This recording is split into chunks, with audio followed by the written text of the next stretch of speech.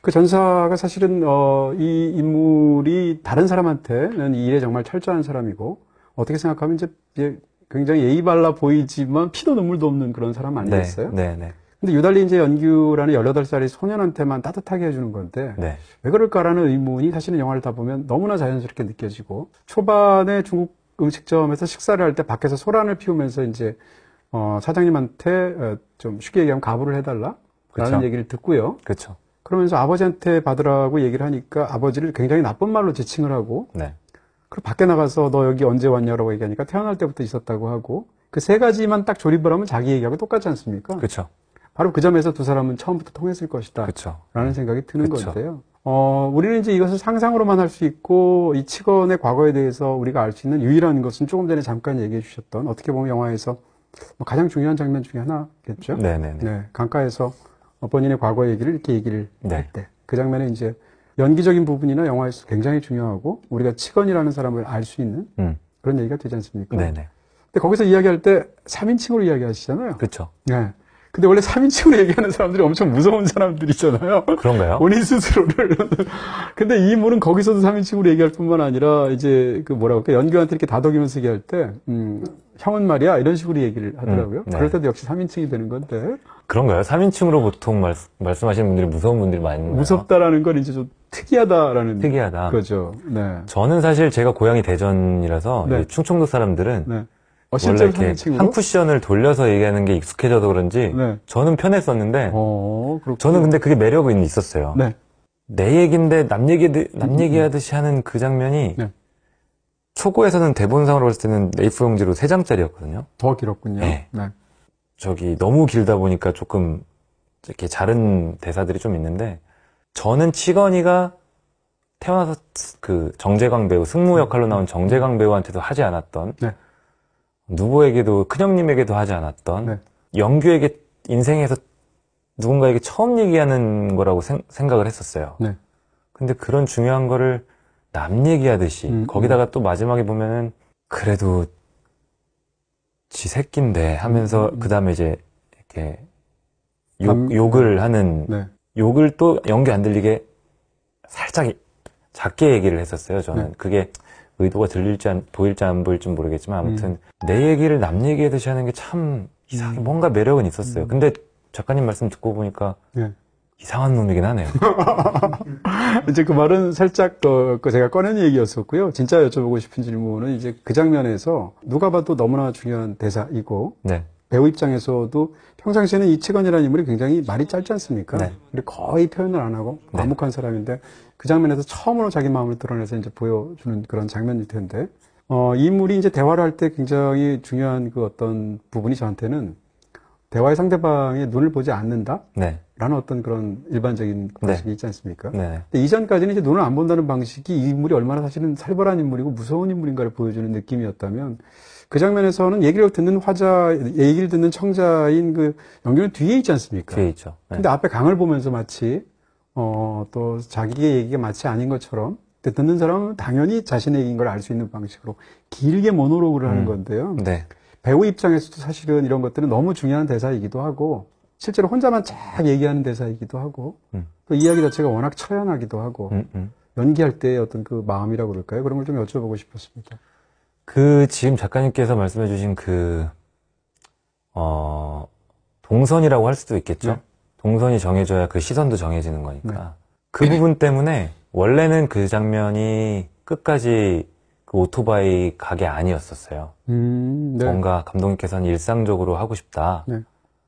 저는 계속 촬영이 들어가기 전부터 감독님 저수지에서 찍는 게 어때요? 하고 계속 제안을 했었죠. 그러다 네. 감독님께서 고민하시더니 제 제안을 받아들여 주셔가지고 그 장면 찍기 이틀 전에 헌팅을 그렇군요. 간 장면이에요. 네. 왜 그랬냐면 저는 일상적으로 뭔가를 하면서 연규를 바라보고 할 수가 없을 것 같아요. 감독님 계속 그랬었어요. 네.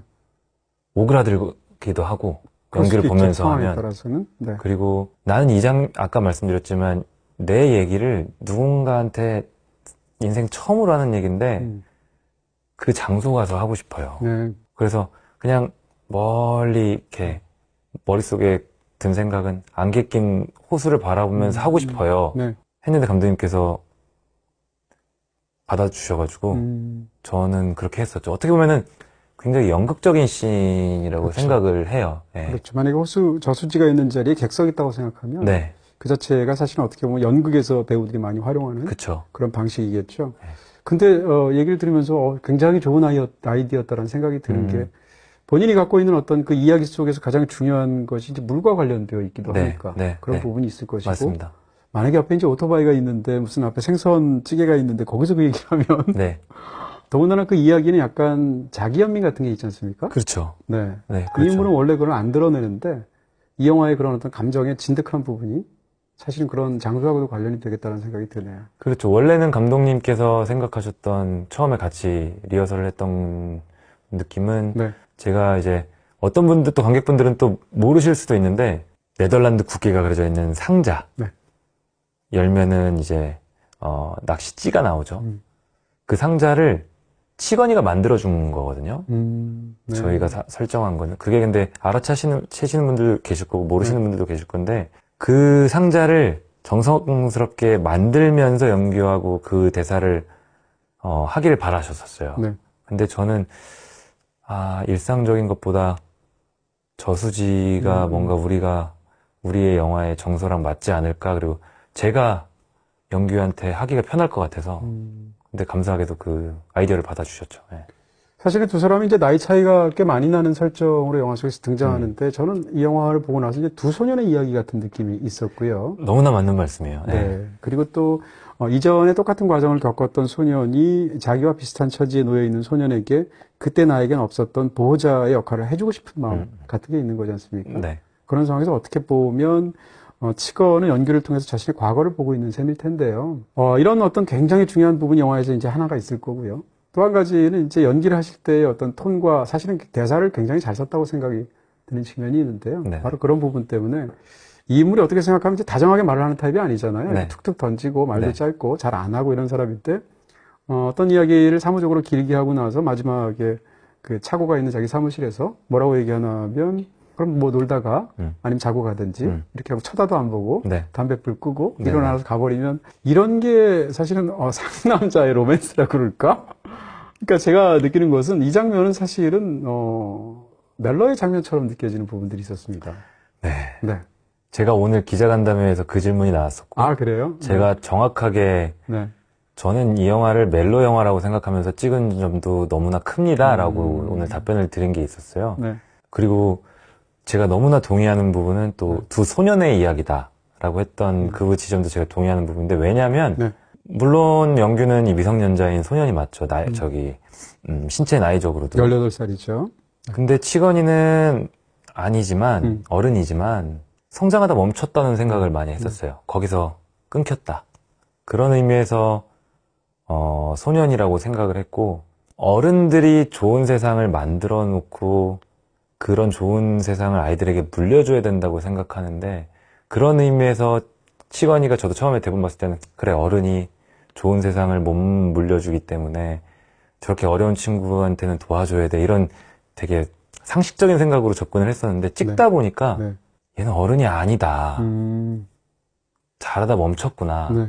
성장하다가 멈췄구나. 그런 의미에서 이 두 소년의 감정이 격한 감정을 그리는 멜로물. 그래서 현장에서 홍사빈 배우랑 우리 사랑하나?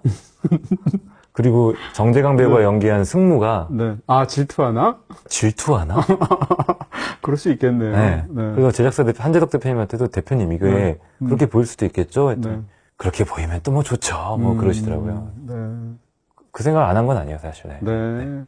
저는 사실은 정재영 배우도 굉장히 좋아합니다. 그 나다웃이라는 영화 보면 너무 좋았죠. 연기 정말 잘하시잖아요. 신인상을 받았죠. 네. 이 영화에서 연기하고 이제 판이하게 다르긴 한데 지금 말씀하신 그런 삼각구도로 보면 또 다른 영화의 어떤 감정선이 보이지 않나 생각이 들기도 합니다. 질투라고 해야 될까요?